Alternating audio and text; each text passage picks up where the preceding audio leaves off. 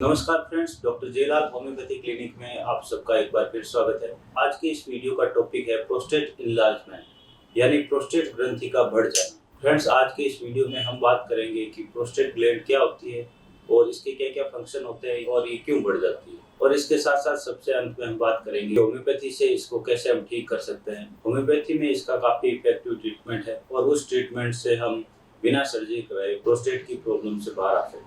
तो फ्रेंड्स, चलिए शुरू करते हैं ये वीडियो।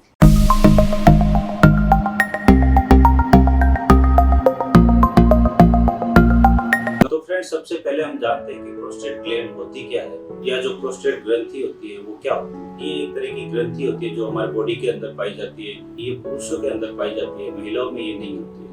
ये जो ग्रंथि होती है ये हमारे यूरिनरी सिस्टम के पास में होती है। जो हमारे यूरिनरी ब्लैडर होता है, जहाँ पर यूरिन इकट्ठा होता है, वहां से एक जो नली निकलती है यूरिथ्रा से होते हुए, उस नली के चारों तरफ ये ग्लैंड पाई जाती है। और ये शेप के अंदर में अखरोट टाइप शेप के अंदर में रहती है। वॉलनट का जो शेप होता है उस तरह की ये दिखती है। ये हमारे यूरिथ्रा के चारों तरफ में पाई जाती है। इसलिए जब इसकी वृद्धि होती है या ये जब बढ़ जाती है तो हमारे जहाँ से यूरिन पास होता है उसके ऊपर प्रेशर बढ़ जाता है, जिसकी वजह से हमें यूरिन फ्लो में प्रॉब्लम आती है और हम ठीक से यूरिन भी पास नहीं कर सकते।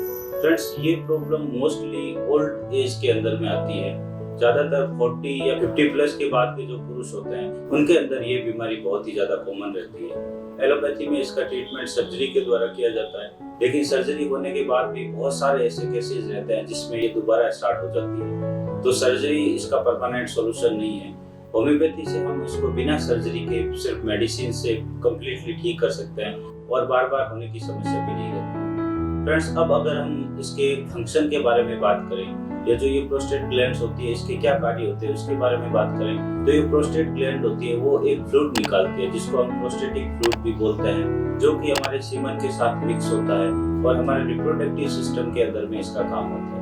तो ये हमारे रिप्रोडक्टिव सिस्टम के अंदर में एक इम्पोर्टेंट रोल प्ले करता है। फ्रेंड्स, प्यूबर्टी के बाद में जैसे जैसे हमारी एज बढ़ती रहती है वैसे वैसे प्रोस्टेट ग्लैंड भी धीरे धीरे बढ़ना शुरू कर देती है और 40 या 50 प्लस होने के बाद में जब ये ज्यादा बढ़ जाती है तो फिर ये हमें कुछ यूरिन रिलेटेड प्रॉब्लम्स पैदा करने लगती है, जिससे फिर हमको परेशानी होती है और फिर हम इसके ट्रीटमेंट के लिए जाते हैं।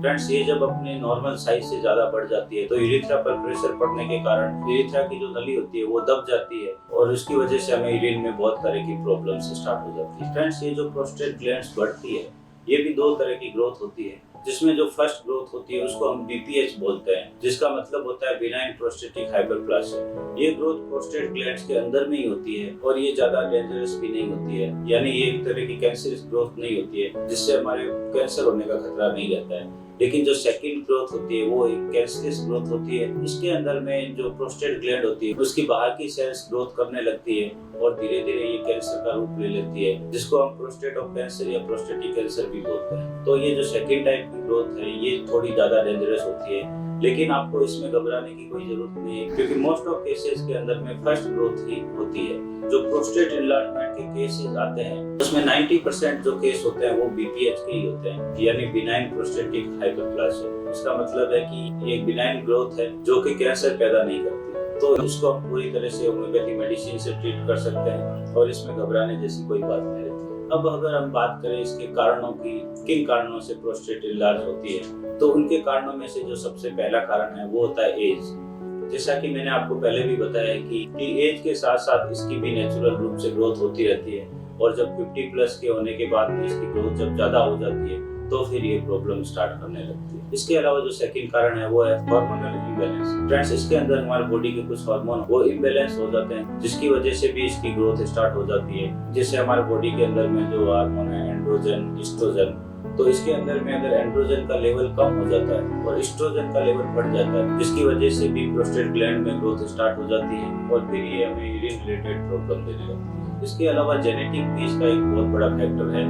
अगर हमारे फादर में या ग्रैंडफादर के अंदर में प्रोस्टेट बढ़ी हुई थी या इस तरह की कुछ प्रॉब्लम थी तो फिर हमको भी इस तरह की प्रॉब्लम होने के ज्यादा चांस रहते हैं। इसके अलावा अगर डाइट की बात की जाए, जो हाई प्रोटीन अपनी डाइट में लेते हैं या प्रोटीन रिच फूड खाते हैं उनमें भी प्रोस्टेट ग्लैंड बढ़ने की संभावना ज्यादा रहती है। फ्रेंड्स, ये कुछ कॉमन कारण थे जिसकी वजह से प्रोस्टेट ग्लैंड बढ़ने के ज्यादा चांस रहते हैं। अब अगर हम इनके सिम्टम्स के बारे में बात करें या प्रोस्टेट बढ़ने से हमारी बॉडी में क्या क्या लक्षण होते हैं, तो जैसा कि मैंने पहले आपको बताई है कि इसमें यूरिन रिलेटेड प्रॉब्लम होने लगती है, क्योंकि यूरिनरी ब्लैडर से जो नली निकलती है वो दब जाती है, तो हमें यूरिन पास करने में डिफिकल्टी होने लगती है, हमारा यूरिन इजीली पास नहीं हो पाता है। इसके अलावा जो यूरिन का फ्लो रहता है वो भी कम हो जाता है, पूरा फ्लो के साथ में यूरिन नहीं निकलता है।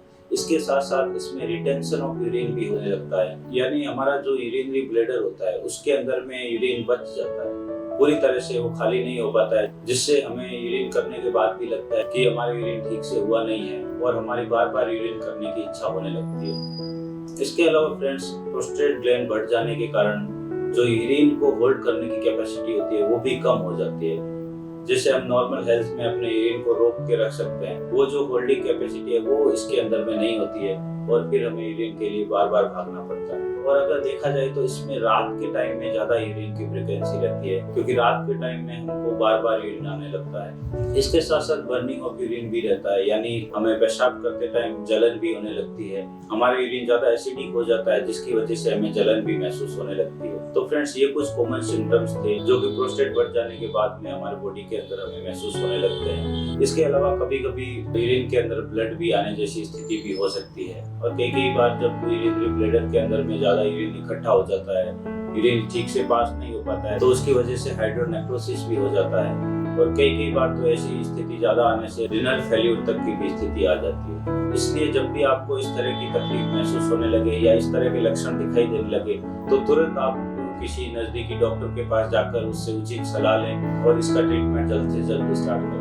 अब फ्रेंड्स, अगर हम इसके डायग्नोसिस के बारे में बात करें, अगर आप डॉक्टर के पास जाते हैं तो डॉक्टर आपको क्या क्या डायग्नोस करता है या फिर किस तरह से पता करता है कि आपकी प्रोस्टेट बढ़ी हुई है, और अगर आपकी प्रोस्टेट बढ़ी हुई है तो वो BPH है या कैंसरस ग्रोथ है, वो भी डायग्नोस करना बहुत जरूरी है ताकि हम जल्दी से इसका ट्रीटमेंट भी स्टार्ट कर सकें। तो इसके डायग्नोस के लिए डॉक्टर आपको डिजिटल रेक्टल एग्जामिनेशन भी कर सकता है, जिसके अंदर डॉक्टर NS के थ्रू फिंगर डाल के और ऑब्जर्व करता है कि प्रोस्टेट बढ़ी हुई है या नहीं है। इसके अलावा USG जो अल्ट्रासाउंड सोनोग्राफी रहती है, उसके थ्रू भी हम इसका पता लगा सकते हैं। इसके साथ साथ हमें यूरिन एनालिसिस भी करवा लेना चाहिए, जिससे हमारे यूरिन की रिपोर्ट प्रॉपर हमें पता चल सके, और इसके साथ ब्लड यूरिया और सीरम क्रिएटिनिन का भी टेस्ट जरूरी है, उससे हमारे रिनल सिस्टम की हेल्थ के बारे में भी साथ साथ में पता चलता रहे। और फ्रेंड्स, जो प्रोस्टेट की ग्रोथ है वो कैंसरस है या नहीं है, इसके बारे में पता करने के लिए सीरम PSA लेवल टेस्ट होता है, जिसके अंदर में हमारे PSA लेवल पता किया जाता है और उससे पता लगाया जाता है कि ये जो ग्रोथ है वो कैंसरस है या नहीं है। तो अगर PSA लेवल बढ़ा हुआ रहेगा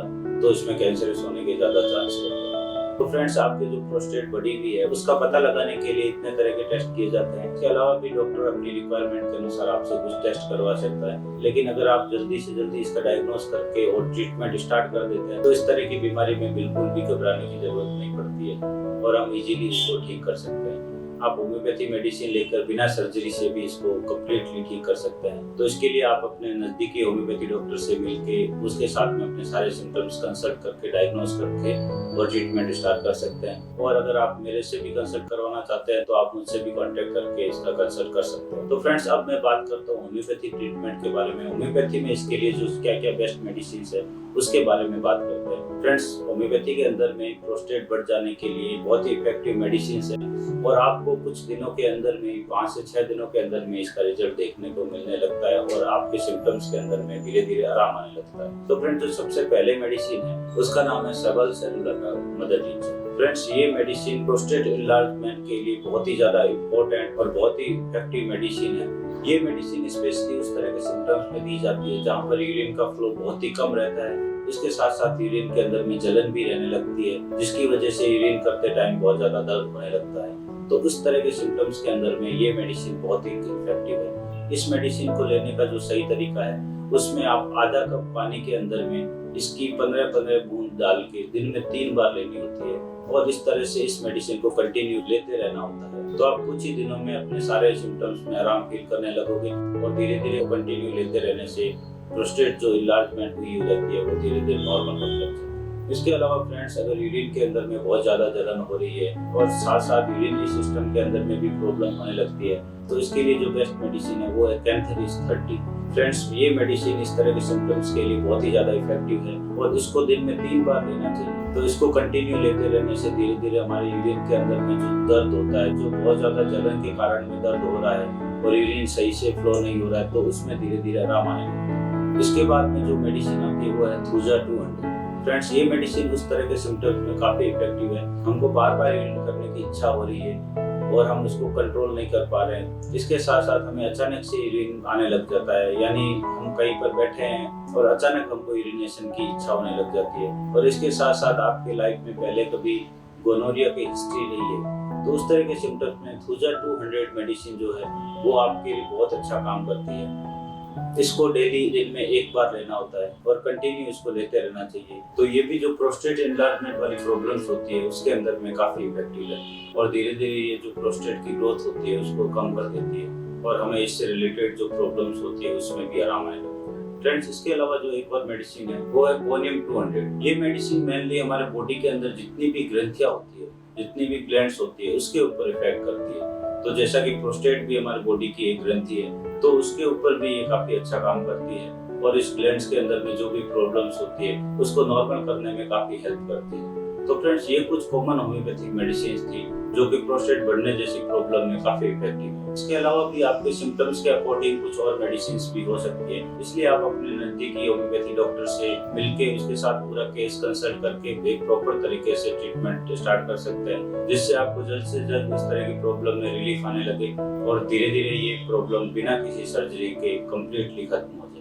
आशा करता हूँ फ्रेंड्स, आज का ये वीडियो आपके लिए काफी इंफॉर्मेटिव रहा होगा। तो अगर आपको ये वीडियो अच्छा लगा तो आप इसको लाइक जरूर कर दीजिए। इसके साथ साथ आप अपने आस पड़ोस या अपने फ्रेंड्स में किसी को इस तरह की प्रॉब्लम्स है तो उसको भी ये वीडियो शेयर कर सकते हैं, ताकि वो भी इस जानकारी का लाभ उठा सके। और अगर आप मेरे चैनल पर नए हैं और इस तरह की जानकारी जानने में और रुचि रखते हैं तो इस चैनल को सब्सक्राइब कर सकते हैं, ताकि आपको मेरी फ्यूचर में आने वाली और वीडियो है वो भी मिलती रहे और आप उन जानकारी का भी लाभ उठाते रहे।